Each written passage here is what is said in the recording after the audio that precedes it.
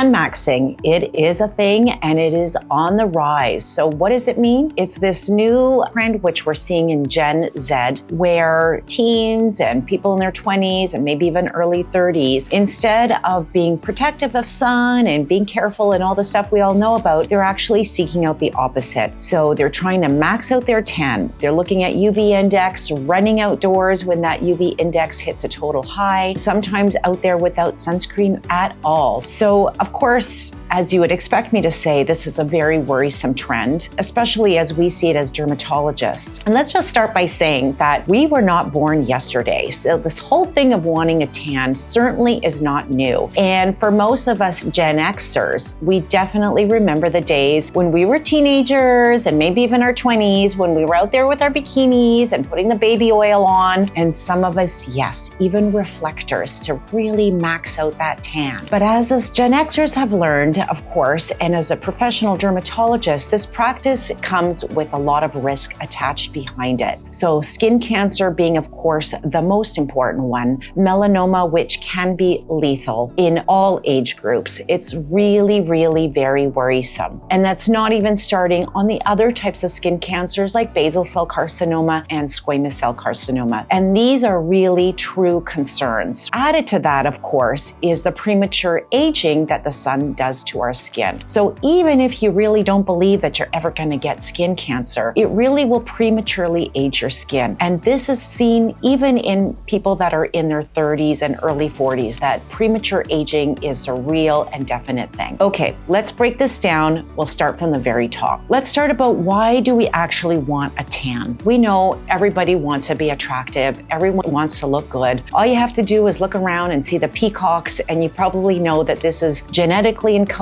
It is part of our evolution as a species on this planet to want to be attractive. The reason that tans tend to look good is sometimes if you have an uneven skin tone, people can feel a little self-conscious. For example, people that are really, really fair don't always like the look of their skin. If this is really a concern for you, you can always do fake tans, a spray tan, creams that give you a little bit of added color. We know that these are really very safe. So if you have a special event going on, please go for it. Do the fake tan if it makes you feel better. So tanning beds, really? Like, I thought we were over the tanning beds. I thought we put that to bed, and I thought that they were really dead and extinct a long time ago, but they're back. Some people think that a tanning bed is a safer alternative. We really know it's not. You're still getting the same UV light. It's coming out of a machine. It's still going to damage your skin. So really, please choose not to do it. Do the fake tan instead. I know that people complain sometimes that the fake tan doesn't last that long, but actually a true tan also does not last that long. And if you really stop and you think about it, you can spend all this time tanning your skin, going to the machine, and then really a tan fades within maybe 5 days, 7 days max. Once your skin starts peeling and turning over, that tan will be gone. So you really have to ask yourself, is that slight tan and that feel-good feeling, is it actually worth it for all of the damage that you're causing? Please don't think that this is a safer alternative. They are not going to give you a base tan that will make it safer for you to tan outside. Really, not at all.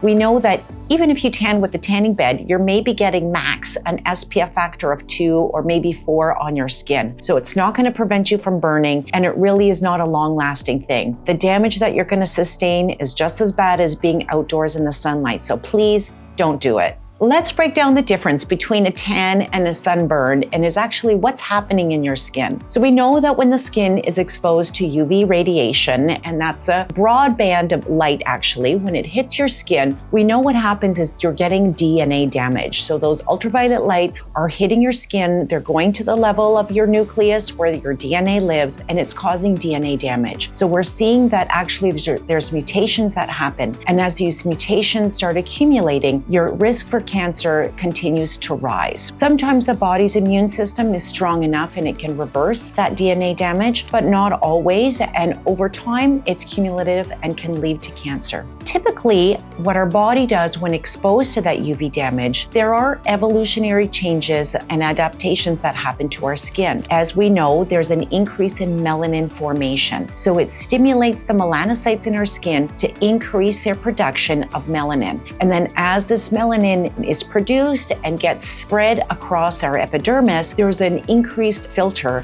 so that as the UV goes through, there's more absorbed and less that gets through to the deeper layers of our skin. Having said that, the filter that is created from a suntan, we know again, really does not offer that much sun protection. So it's estimated that even with a tan, you maybe have an SPF factor of 4, maybe an SPF factor of 8, but really not much more than that. And we know that when we're using a sunscreen with such a low SPF, really it's offering very minimal protection. So please don't fall into that thinking that just because you're tanned, that you're gonna have less sun damage to your skin. We know that sunburns are more damaging to the skin. So when the amount of UV light exceeds our capacity to absorb that light and manage it, it triggers a lot of damage even in the acute setting, and this stimulates inflammation in our body. That redness that you see is our body's attempt to try to reverse and heal all the damage that's being caused. And a call out to our younger viewers: is damage and sunburn that we do to our skin when we're young more significant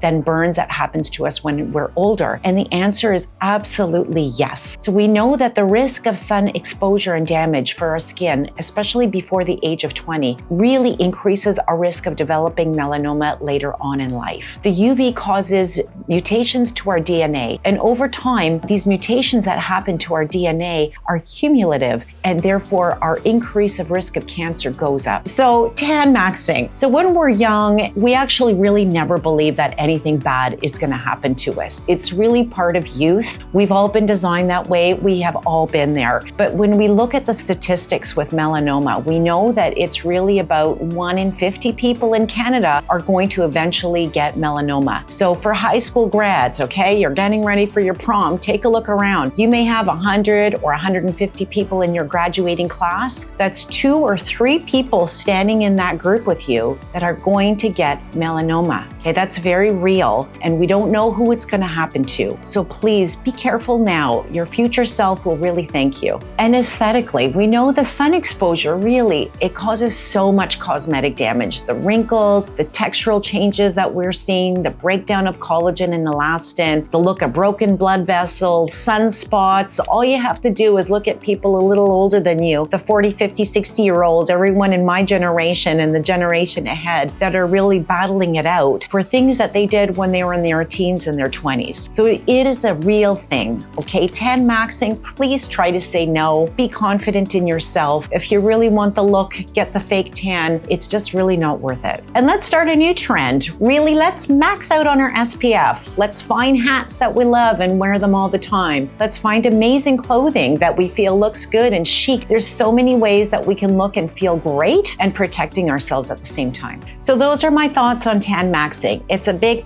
thumbs down. Avoid it. If you have any questions, comments, please put your thoughts below. We'd love to hear from you.